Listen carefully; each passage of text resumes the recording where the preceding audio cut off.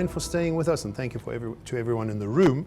I am going to kickstart by doing something that I want to talk to you a little bit about why, and I think connection, which is one of the most important things that we have to have in mind, is really what is going to foster the next step of a client trusting you and obviously buying into what it is that you do. And so I wanted to start with some whys, and I guess I want to tell you my why, and the thing that really switched it on for me to really want to help coaches and help people to deliver a really great product was once when I was watching Sunset Boulevard, and there's this final scene with Norma Desmond coming down the staircase just before she says that big line of hers, "I'm ready for my close-up, Mr. DeMille." You may have seen it. There's actually another moment, and she pauses for a while and she says, "I'm so thrilled to be back with my people in the dark, the wonderful people in the dark." And it was a moment that really hit it for me, because I was going, you know what, I'm one of those people in the dark. And sometimes I'm watching people on YouTube and I'm watching people in talks, and they are floundering a little bit, and sometimes they don't hold my attention. And so as one of those people in the dark who really just wanted to have other people be better out there, I started really putting together some material, and it is all designed around how do we help people to get their material stronger, and how do we get to make those connections. And the reason I'm telling you this why, you may have noticed when Shelley was talking, she ended her talk with a very, very interesting story about her why, or about something that inspires and motivates her. And you know, in many cases, I think those moments make such a real connection with your viewer that is possibly a place to start, by saying we've got some common ground, we've got something that we connect with, and that is going to be our departure point. So I wanted to start with my why there, and I also wanted you to think about your why. I really wanted to say to you that if you're out in this space, and particularly online speaking, I think it's very important to figure out that why and what it is that you're going to do that's going to stand apart from the crowd. Because let me tell you, when you see some of the stuff that's out there, then it's really hard to connect. And I think if there's no connection, it's harder to get the trust, and it's harder to begin to listen to what that lesson is going to be. And so I'm going to talk a little bit about that. One last thing that I wanted to mention to you was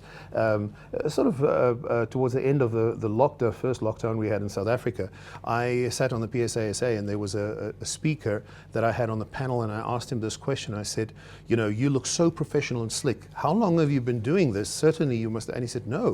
The moment that lockdown started and we weren't able to move, I moved digitally, and I just worked it, because we all know what professional looks like. And I think that line of David is so true, because you know when you see a presentation that it's slick.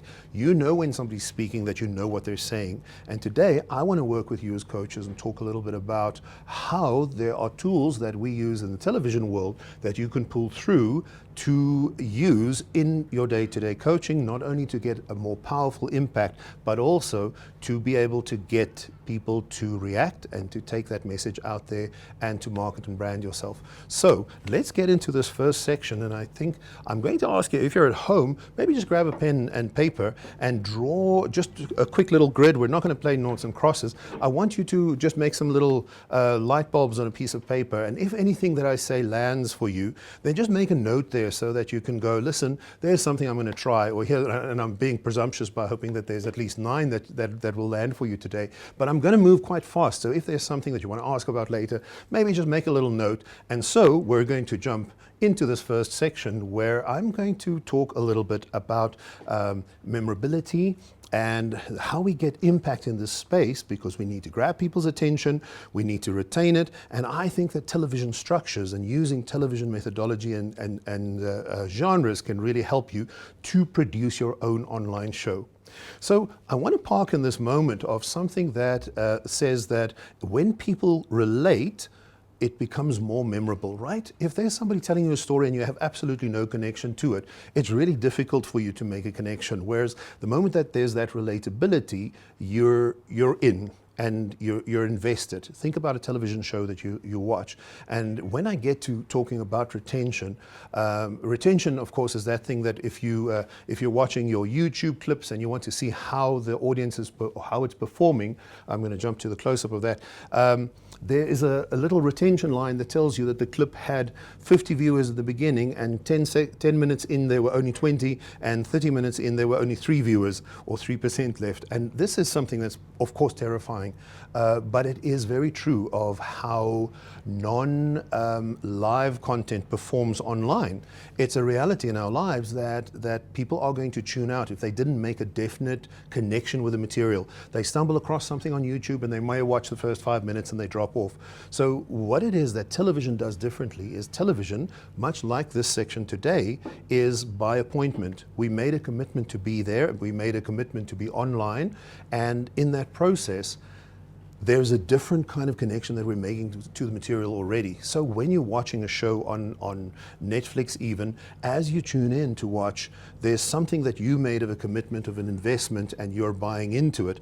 And I want to say today, let's go and see how we can really go and learn from the best. And I'm going to give you a secret weapon right there with Netflix. I'd say the secret weapon is, let's just copy them.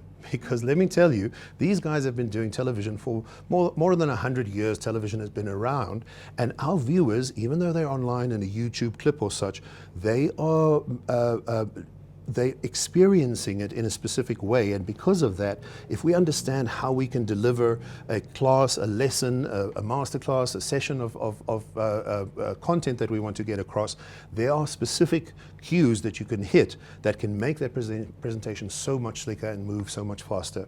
So I'm going to jump into a half an hour format, of course, which is in television terms really 24 minutes. Why is that? Well, that is because they also have to sell advertising time. So a TV half an hour is really only 21 minutes or 24 minutes, and it's broken up into 3 acts, and a TV hour is 48 minutes.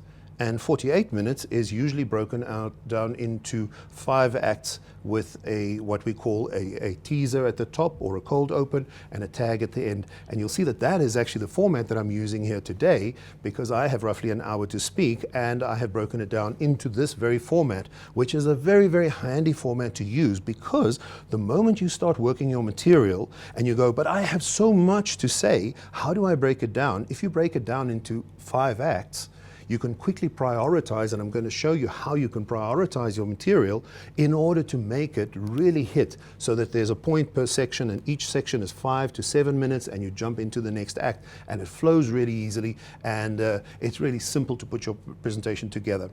So I'm going to quickly run through, and we don't have a lot of time for this section, but I want to run through some genres that you will already know in television: reality, variety, sitcoms, game shows, and so on. And I want you to think a little bit about the kind of content and how it rolls out, and whether there's elements in that you could potentially use, right? So sorry, that needed to have a sip because I've rushed through the opening a lot. So if you watch the news, for example, what's typical about the news? Headlines. And if you have in your presentation or in your workshop headlines, those are graphics or infographics that you obviously are using already. But think about truncating your material. Think about when you go into the news. In the news today, these are the matters internationally. This is what's happening in sport, and this is what's happening in the weather. And the moment that somebody's done that layout for you, you already get a sense of the lay of the land. So see how you could use those kind of elements, for example, to work for you when you're busy doing a new section. Give them the headlines up front and then jump into the detail. See if you can use animation. See if you could use a field reporter. Maybe there's an interview that gives you credibility that you've pre-recorded with somebody, and you could use that pre-recorded interview. It gives you credibility at that moment, and it gives you a moment where you can drink a sip of water without having to pause the whole show. Next, I'm going to look at talk shows. If you think about a talk show, there's usually a format of a teaser up front, there's a first guess, a second guess, and by the end of it, there's perhaps a musical section. Think again what that does. There are conversations, there are reveals, there's star power. So again, if you're going to do a workshop or you're going to present something, think about whether you could use some form of novelty or music or some kind of draw power by inviting somebody to be in your show as somebody who comes in to talk to you or give you a little bit more information. And then, of course, what you see at the top every time is just a timeline of how the retention line usually runs in it as well. You would have seen news just runs and has spikes because sometimes people just tune in for the sport, or in this instance, if it's a talk show, there's different bits and pieces and audiences may come in and out of it. So you've got to think about it, particularly if you're going to be in an online environment, how people are going to, how relevant this material is to them. Particularly if you're going to cast the web wide, you want to be careful that there's something for everybody, so it feels more like a variety show. Lastly, I'm just quickly going to look at elements that you see in a game show, for example. Remember, there's around it gets more difficult. There's topics, there's segments that are divided into particular categories and so on. And again, if you think about how the format makes it simple for the viewers to understand that the information always rolls out in this way, you could potentially also make your workshops roll out in the same way so that the information runs from one little pearl to the next little pearl to the next one, and these ones categorize a particular type of behavior, these ones move into another segment, and so you really want to work with material that's categorized in a way that the audience gets a sense of it from the outset of the show, and also that you take them along on that journey. We're going to talk a little bit about the flow later on as well. So what is there that you can use from genres of presentation? Well, there's a lot of stuff. You can use a teaser up front. You can use graphics and logos to change the pace. Have moments where you take a breath and play an insert and so on. Is there a live conversation? Could you build breaks into it? And of course, all of this is designed in a way that you can keep your audience in, because if people see things coming at a different pace the whole time, it's intriguing. It keeps us, it holds the attention. I'm going to look a little bit now at the beginning, middle, and end and basic structure, because I find that a lot of the time when people present, they may have such a vast subject matter that you don't really know where to begin. And the simple part about it is really just to begin. So in structure, everyone talks about beginning, middle, and end. But I want to take it to the next level to say, even if you do writing, even if you do a short little promo or a tutorial, every section in the tutorial has a beginning and a middle and an end. And the beginning of the beginning has a beginning and a middle and an end.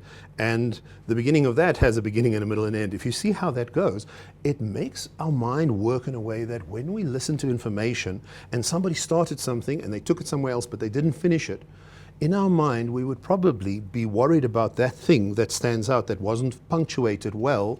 So if they start with a new beginning of something else, it doesn't feel as we got to the end of the previous one, right? I don't know if you've ever seen that. So it's important to think about how you chunk your information so that it rolls out, beginning, middle, and end, satisfying ending, get into the next section, and so on.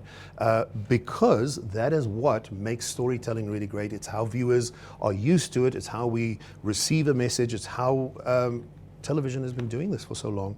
So let's look at that thing of storytelling, and I know I don't want to go into a lot of detail with this because I know everybody's saying that storytelling is the silver bullet and everybody wants to tell stories.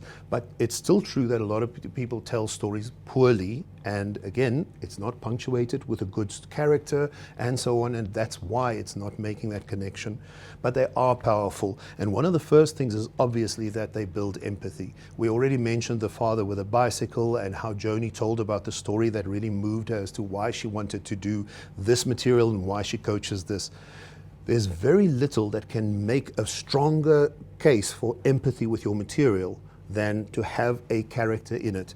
And that's why story and character is so important. Try and find something that your product relates to, somebody who has benefited from it, how it impacts, improves, changes somebody's life.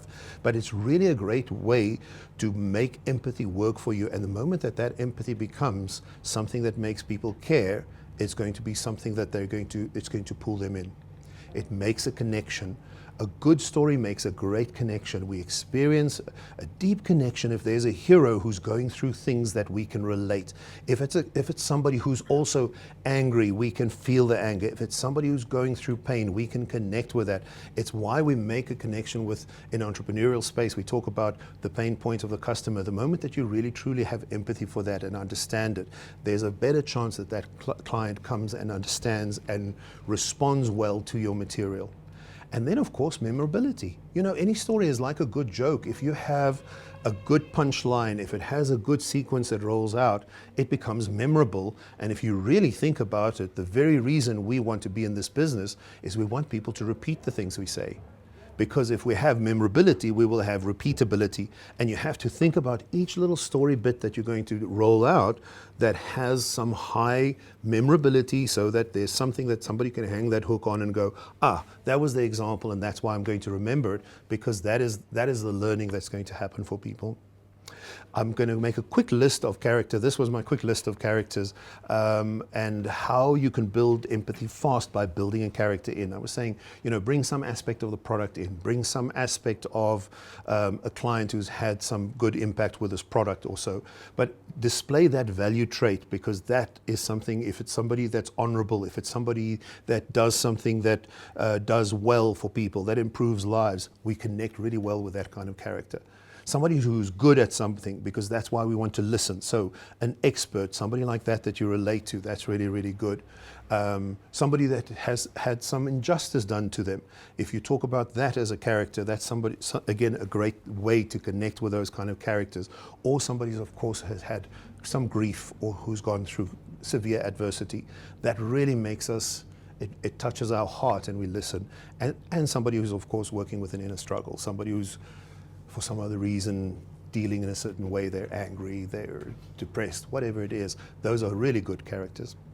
Now, before I get into how we are going to bring this back to your content, I wanted to look quickly at, when I started doing some research about structure, the one person who really rang true for me was Aristotle, who said, there are 3 acts, true, it's beginning, middle, and end, but look at the way that he dealt with it. He said Act 1 deals with complexity, and it works a little bit like a knot, a weave of a rope. And if you look at that on the left-hand side, that red weave that's somewhere in there, complexity is how the beginning is really great to set up something. So as you get into something and you set up that complexity, it's a great in, where when you start to explore the problem and you're looking at the knot from all those different angles, the knot is this thing that we're trying to unravel, and the third act, which is the unraveling, is that aha moment. And if you look at Act 1, 2, and 3, or beginning, middle, and end, in those terms, it becomes really powerful for me, because it says every time that you start with a new topic, set out the complexity. This is why it's difficult. This is a problem we're dealing with. Now let's go and look at some potential around it. What are the angles? What else could we consider? How does this work? And then for that aha moment where you want to lead them to where it wants to be, you come up with that solution. And of course, that's the obvious one. And that's the memorable moment that finishes off. Like a nice string of pearls, a beautiful string of pearls, it all made sense. Beginning, middle, end every time. All right, so now how does this relate back to your content? Of course, you're working with a lot of material. You guys are experts in your field. You've got a material of a lifetime. And in many cases, we have so much material that we don't know where to begin to tell the story. And I want to go back to television and to movies, and particularly to animation, because one of my favorite people was Disney. And Walt Disney invented a methodology of storyboarding. And the reason they did this was because making a piece of animation is very expensive, because a lot of animators work on it, and every second there's 24 frames of things that have to be drawn. And if you drew the wrong thing and you made the wrong part of the story, then you really went down the rabbit hole and spent a lot of money. So they started storyboarding, and I want to suggest to you that if you have this bulk of material that you're beginning to think, how am I going to cut it down? How am I going to make short tutorials? How am I going to make promotion of this? Start by just putting your material out as a storyboard, because it's non-committal. If it's up on a board of post-it pads or so, or in a window, you have an opportunity to move them around and see how much material you have, and it gives you an opportunity to categorize and figure out the story beats. What I normally do, and I'm going to tell you a little bit about how I went through this process of getting my material together, is when all of that stuff sits on stickies against the wall, you can very quickly go and give an asterisk, a star, to something that's a reasonable story. Something that's a great story, you get a star or 3 stars and put a circle around it. So suddenly what's going to emerge as you put your material into bite size up on a wall, you're going to be able to tell which pieces are the ones that are really going to ring. And your first position for those would be to take that into opening act, right? You want to start with something strong, you want to start with something that really is relatable, and you want to start with something that's memorable. And then you're going to go and look for those moments where you can punctuate it, where you can bring a character in it, you can make a hero out of a product, you can do something that is story that is going to land for people so that it takes it to the next level.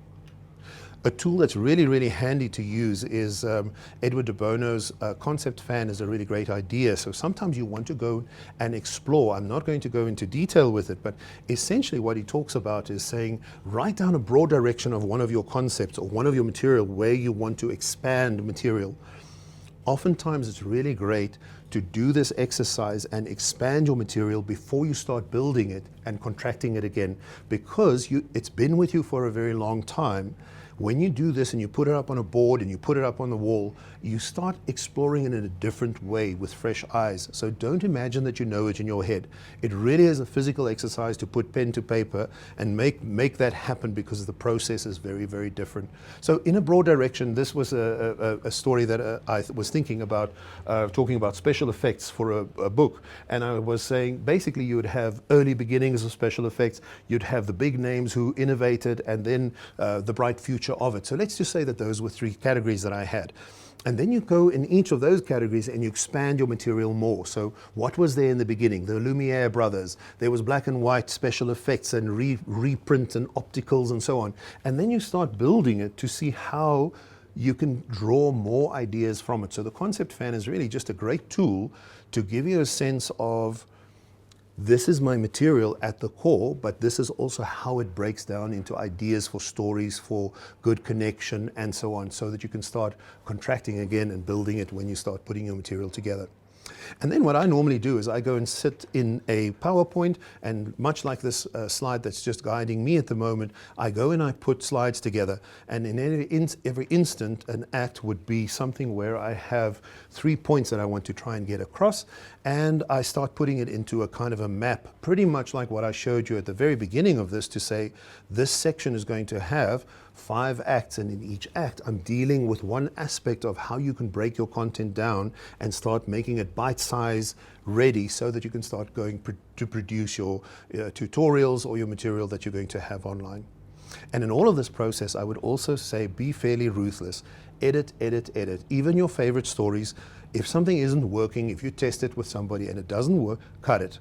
Don't have it. Just see if it really is the most powerful. Back to that situation of those Netflix movies and those series. You know what? You'll never see a show start with a poor scene. What's going to happen? People are going to flick. The moment they've had 2 or 3 minutes of this stuff, remote's going to come out and they're going to go, or the click is going to happen and they're going to be somewhere else. And because we're always up against that in television, that kind of energy is the kind of thing that just keeps us on our toes to go, every minute is going to count in that 48-minute piece of an hour that I'm going to present. Every little bit has to have meaning and has to land. I'm going to move on to the next section and drink a sip of water. We're going to talk about how you can brand, market, and sell constantly with every opportunity you have, and see how you can start building your material into something that really connects. And I'm going to share a few of those tune-out words that are very dangerous to use in a webinar after this sip. Cheers. I had hoped to put some music to it, but I didn't get there. Now, people say the average attention span of a grown-up is that of a goldfish. And while it's not entirely true, I do think that social media and just the way that the world moves online tends to grab our focus the whole time. And so in all of this, I want to see how I can help you to think around some thoughts that will really help you to keep your audience in and hold their attention right up to the very end. I want to show you a list of some ideas of elements. These are small moves that you can do during a presentation just to try and up the antics a little bit, and just to try and put a presentation on another level that engages. And one of the first things that I'm going to do while we watch this list of things that you can potentially create, you'll notice that this time around I have a moving background. You know, just something very subtle on a video feed says that somebody's still there. You know how it is when somebody talks to a slide and the slide is static and you don't see their face? and it feels like nobody's home. It really feels like when a show used to be in trouble on the SABC, and they just put that board up that said, "We have a problem, please be patient." And it feels as if everybody at the station has gone home. So when there's a little bit of movement, there's something that you can do that already is something that's easy. Here's a way of just doing it with a visual. We were talking about food and healthy living. The moment that there's this beautiful rotating plate of food, it just makes a slide so much more interesting than to watch a talking head sitting there, right? If you are going to have an ad break, and this is something we didn't have today, see if you can do a quick sequence that is just a freshener for people. This is something that we did during the webinar, and we just chose Earth, Wind and Fire, and the underwater one happened to be a whole lot of sequences of just beauty, and people know that there's a clock and they can come back to it. Something else that's also a really great one to use is to go at the beginning of your show. This is our show that we do every day on High Noon on LinkedIn, and what we have is a clock that runs up front. You know, there's just something that sets anticipation. There's something in the room, there's something coming, there's music that plays in the background, and so the moment that you have something like that, which is easy to put onto your PowerPoint and run in during your presentation on a Zoom, it immediately places your presentation somewhere else, because it's going to have a starting point, put an opening logo in, play some music under. Merit is looking at me because the music's too loud. Something else that's also a really nice one is to try and animate stuff. So there are packages that you can have to very easily animate bits and pieces, and I think that's something that also immediately just makes a boring quote move and animate, and there's something that happens that gets by in. It looks like it's going somewhere.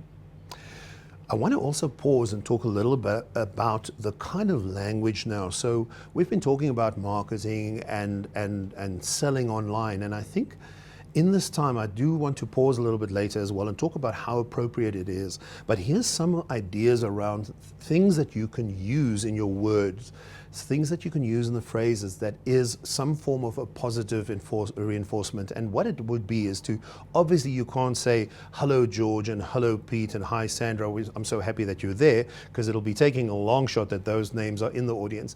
But you can use you often, refer to people, don't talk in the third person, we and us and in the industry. That stuff really immediately removes it, where if I'm talking to you, I am imagining in South Africa it has roughly gone 11:30 in the morning. I'm thinking somebody has gotten up and had some coffee and is busy and about, either in the office or at home. Whereas if this show had to go late night South African time, I may think that somebody's perhaps in their slippers and perhaps they've had a drink a little bit and they've relaxed a little and unwinded. So try and be appropriate with it as well. But these are definitely ideas or words that you can use. Say something is free. Give some free advice. Remind that something is easy to do. I'm going to show you 3 easy steps, because if you say this is really hard and it's going to take you hours, people are out of there. In the space that we live in the moment, people really need new and fresh and fast, and it has to happen. It's got to feel easy. So try and use that in the kind of language that you have. Here's something new, because novelty makes a connection. And this is going to save you time. And something that I often use in this format when I talk to people about a 48 minutes versus an hour is to say, remember how even if you're going to make a 48-minute show, you're giving people 12 minutes extra afterwards. Isn't that a nice gift in this day and time? To say, look, I'm not going to eat the whole hour, we're just going to use 48 minutes, and after that you've got 12 minutes to get ready for your next meeting. Because most people book them back to back and then they're out of it. Something else I wanted to tell you about in terms of words and phrases to use is tune out words. There are definite things that you can say in a webinar, and again, if you're going to look at your retention line on a webinar, we use Webinar Jam sometimes, and they take you second by second. You can see whether people are there and where they tune out. And I once had a presenter who, while he was talking for an hour show, exactly at a half an hour, somebody phoned him and he did not switch off his phone, and it rang on his watch. And while he was on camera, he looked at his watch and he said, before we go, I quickly want to tell you this, but it was half an hour in. He still had a half an hour of his show left. And do you know what happened? On the timeline, 37% of our audience dropped in that minute out, because they were going, okay, he's wrapping up. It looks like it's finished now. So be very, very aware of the kind of phrasing that you use, because people start, particularly now the dial, it's going towards 11:30. So particularly now the dial may look like we're going to tune out. So right now, I don't want to be saying before we go, or I'm quickly going to do this with you, because I still have a lot of information to share with you. So those are things that you want to look out for in summary, because the moment you say in summary, they're out of there. Don't start selling when you get close to the end of it, because the moment you start selling, people are out of there. You have to figure out how you're going to break the ice and how you're going to wrap things out, because those kind of phrases are the phrases that you see right there as well. And now I'm really going to take a break for just 40 seconds while I show you a promo and I have a drink of water. My Big Smart Up is proud to present High Noon Live on LinkedIn. A brand new talk show streaming live on weekdays. On Mondays, catch Ntisikim Kize with business, how-to and mentorship. On Tuesdays, Ursula Buerta with confidence and presence. Wednesdays, see Nikki Bush dancing with disruption, women empowerment and reinvention. On Thursdays, Nico Steyn with storytelling, structure and presentation. And Fridays, Joni Petty presents sleep, resilience and bouncing forward. Watch High Noon Live on LinkedIn. Weekdays at 12, South African Standard Time.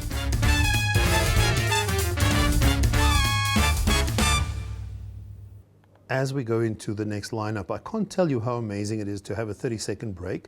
And if you noticed what happened there, as we start talking about putting it all together, a change or a shift in temperature or mood or music immediately just refreshes. I don't want to say I'm ready for another whole half an hour, but we're going to get back to this section where we're going to talk about how do we put all of this together. Right there was an example of how I managed to put a marketing message in there for something that we're doing, and at the same time change the shift of what we're doing and gearing into a new segment of the show. So right now, let's go and talk about the 5 tasks. There's some hammering. We're on a construction site here today. Let's talk about some tasks of communication. And I think this is very, very critical, that we have to be gripping. You know what? It doesn't matter if it's something that you're delivering for the umpteenth time. You have to make sure that it is gripping so that people will watch. Grab their attention and make sure that the energy is there. Connect with them and they will stay. Have something that engages. If it's a gift, if it's a giveaway, if it's something that you're going to share with them, they will stay and they will learn. And make sure that it's impactful, because that's how you get people to act. And then back to how do we build that memorability? Make somebody remember something so they can hook on some thought and then go and act. I want to do a little bit of this case study with you now, and this is something that I did with my material just shy of lockdown. I was invited to do a talk with somebody. It was a company, and they wanted me to talk a little bit about this stuff that is connecting to people and telling stories and stuff. And at that time, we had just discovered this thing called Zoom, and everybody was doing Zoom full screen, and then in the tiny little corner, the presenter sat there. And I thought, I'm going to call my show Nobody Puts Baby in the Corner. And I did it on a Saturday night, and it was remarkable. I had something like 700 people watch, and that was like 7 o'clock on a Saturday night, and they had lots of other options, I'm sure. So I was really grateful. But there was something that I did during the talk to talk about how one needs to work with your material to be engaging, because this is what people are up against most of the time, right? At the time, that was my little bird that I took. I took a stray bird in during lockdown, and he often sat on my shoulders. And I mean, but this is the kind of stuff. You're downloading stuff for a client, you're busy checking up something. This is what it looks like. And I think that is something that you have to respect every single time you go online to do some form of coaching, to do some kind of information share. You are up against all of that stuff at the same time. And people don't even have to get up from their chair to do it. It's all on that same screen. So what I did as a case study was I went and I put together everything that I knew in terms of how I thought presentation worked as a presentation framework. I worked with the message, how I think the message gets delivered, what gets in the way of it, how the presentation works, how the clients receive it on the other side, and then all of those other things, the pace at which we speak, and so on and so on and so on. And it gave me this grid of, funny, also like a 10x 12, it gave me 12 dials that were really interesting topics and subject matter. And the moment that I could put all my content in that, I immediately could identify what I could do as 13, in the end, 1-hour shows that held basically all of this material from beginning to put an idea together to putting it on air and having a successful run on a YouTube channel or promoting it on YouTube.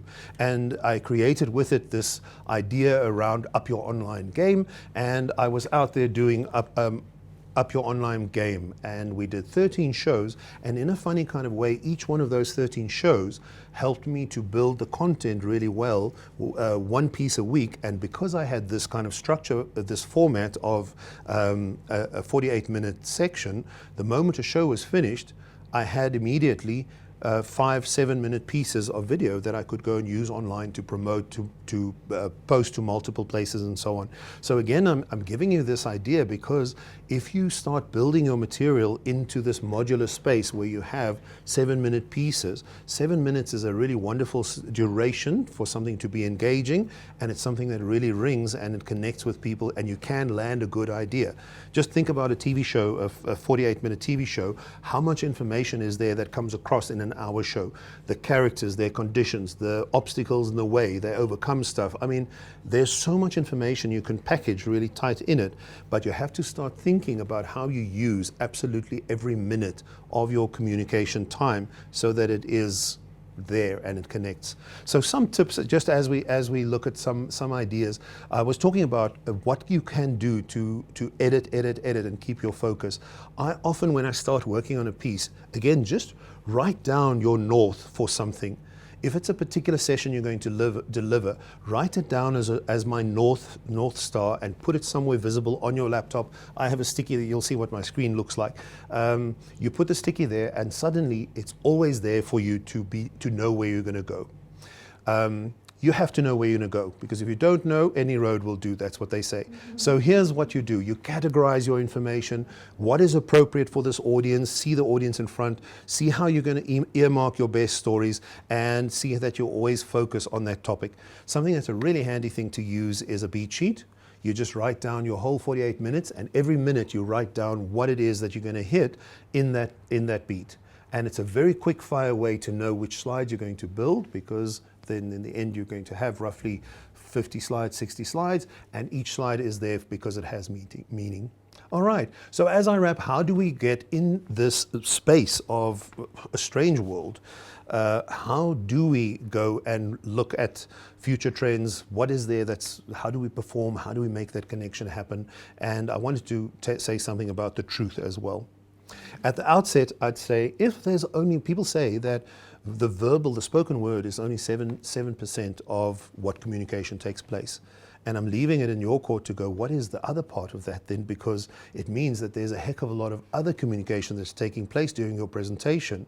And you have to go and think about how much of it is what it is that you're going to perform to the camera and making that connection, and how much of it is that you're going to have visuals help you to land the idea, to land what it is that you're saying. I think that truth is probably one of the most important ones to work with. Work from the heart, work from what you know, and speak from your base truth, because that is, I believe, the thing that's going to make that connection as you get into the material. Why does this work for people? Why is this going to make a better connection? Well, that's the story, and then you get into what the learning is that you want to learn. So make sure people just know the truthometer sits right up there. If somebody gives you BS, then that's it. And then I think something, yesterday we were shooting something actually at a seminar, and some speakers were talking. See if you can get sound bites. Put all of your thoughts together in a way that delivers 40 or 45-second pieces of sound bites that are memorable hooks that people can take away. Because if there's too much of information, it's going to be something that is, we're not sure which part is the sound bite. Talk, pause, hold it together, drop the new idea. Okay. And that's really it. As I go into, I think the future of this is really to be working, to be participative. Try and make it, when you speak and when you deliver this stuff, that you're talking to somebody and they have a choice to participate. If you really think about television, you don't really have the option to interact, but somehow a show, again, always takes you along on a journey. And I think that would be my parting shot, to say, if you're going to put some stuff together, together, see if you pull the audience in the whole time, see if you can make them feel, see if you can make them think, and most importantly, see if you can make them do something and go and take action.